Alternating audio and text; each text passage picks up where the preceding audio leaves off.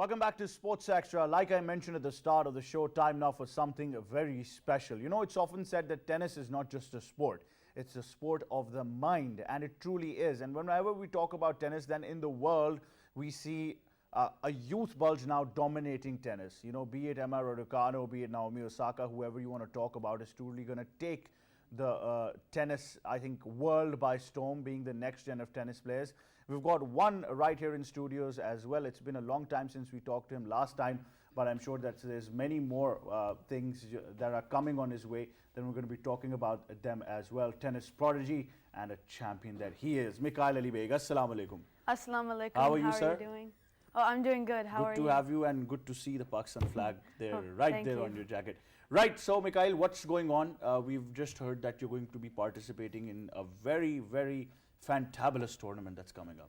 Yes, so next week, or actually this Saturday, the Pakistan team is flying to Nur-Sultan for the finals tournament, where the top two teams from 4 regions in Asia qualified.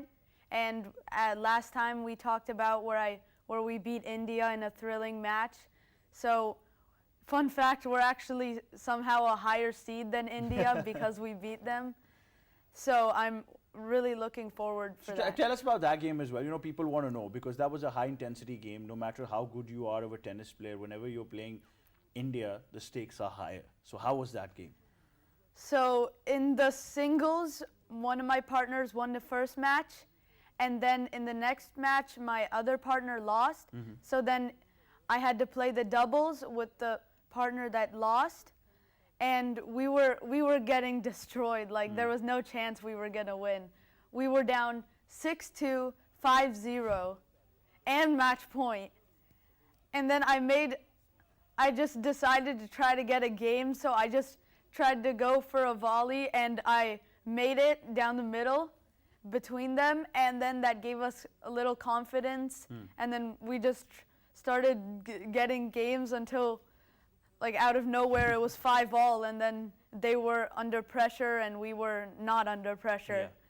And then we took the set 7-5, and then the match tiebreaker at 10-5. So you basically pulled off a Djokovic there. That's what you Yeah. did. So that's interesting. Now, talk us through the team combination, your fellow teammates as well, and your own practice now going into Nur-Sultan. As you mentioned, it's a very high stakes tournament now. You've got the best teams coming. So how are your preparations, team combination so far? And also, what kind of surfaces are we expecting? So, but 2 weeks before this, I was training at Spain for 2 weeks, and then I came here. So I was training really hard there, and the rest of my team is also training really hard here in Islamabad.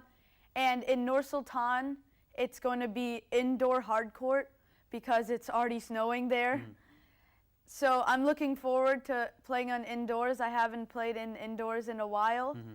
And the courts that we are training on in Islamabad are really fast, so that will help us for our preparation. So what's the strategy of going into an indoor court? What are the things that you need to keep in mind being a tennis player now? You have to keep in mind that you have to always be ready. The ball will come fast, and always have not too big of a racket swing, because then you'll be late to hit the ball. So you're, like you mentioned, that you've been practicing in Spain, and the courts here in Islamabad are pretty quick themselves as well. Yeah. So that means that the team is all set and geared up for a good competition. Yeah, they're all very set. So you know, talking about that, it's not just his own self that Mikaeel is interested in. He's interested in tennis. Whenever you talk about him and you mention any player, he'll always have the background checks on him. And so, you know, he's like the int box of tennis about all the players. But speaking about the players, I know you're very much interested to talk about the ATP Finals. And Yes. I think it's a no-brainer who you're going to choose to win that. Well, I know Djokovic has the highest chance of winning, but I think, in my opinion, the players that will qualify for the semifinals are Rublev, Novak, Zverev, and Medvedev, because even though Rublev hasn't been doing too well in the past month, he played a really good match against Tsitsipas and won in straight sets. So I saw that he was playing really smart tennis, and I think he can qualify for the semifinals. and then I think it's a 50-50 between Djokovic and Medvedev. It can't be. Come on. You can't say that it's a 50-50. I'm sure you've got a favorite. Well, I obviously want Djokovic to win because he's my favorite player. But I love Medvedev too, and I think they're both really How impressed great. are you by Medvedev and Zverev, who have really upped their game in the last couple of seasons? Yeah, I'm really impressed by them. I think after Djokovic and the big three retire, I think they'll become the next big two.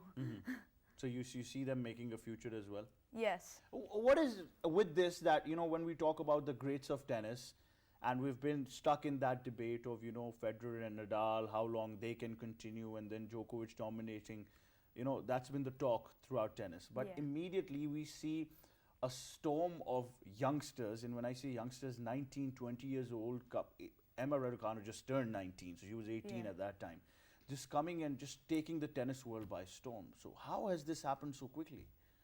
Well, I think maybe because all these young players are getting inspired by the big three, so they're working really hard, and also maybe the coaching system is getting better. But I'm not playing junior ITFs yet. I'm not old enough to do that yet, so I haven't really been able to see what makes these youngsters so But is good. it inspirational when, a youth ambassador like you sees an 18, 19-year-old winning Wimbledon or any major ATP tournament or whatever, then, does it become a thing to follow that, okay, these guys are doing it at a young age, so maybe, we can excel there as well? Yeah, that is inspiring. I think I was really inspired by Sinner when he won the Next Gen ATP Finals 2 years ago. And I really like Sinner. I think he has a really clean game. I don't think he actually played the Next Gen ATP Finals this year because he played another tournament so he could get into the top 10. That's probably his goal or his plans, Yeah. what he's wanted to do as well. But my final question to you is going to be about your opponents, because we've talked about your preparations at Nur-Sultan, but what about your opponents? Well, I don't know what they're doing, but I'm assuming they're all training really hard.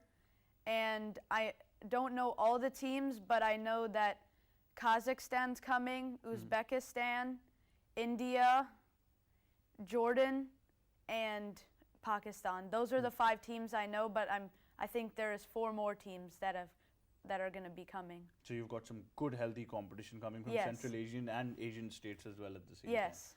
That's going to be good. Well, all the very best to you and Team Pakistan in general for the tournament. We really hope that you get to fly the flag sky high there. And then when you come back as a hero, we get to celebrate it once again on Sports Extra. Thank you for joining us. Thank you. Thank you. That's all we have time for. But one thing is for sure, that we're going to be rooting for Team Pakistan in the tournament in Nur-Sultan. And we're going to hoping that they come back with a victory and we celebrate it on Sports Extra as well. That's all we have time for. From me and the entire team, it's goodbye for now.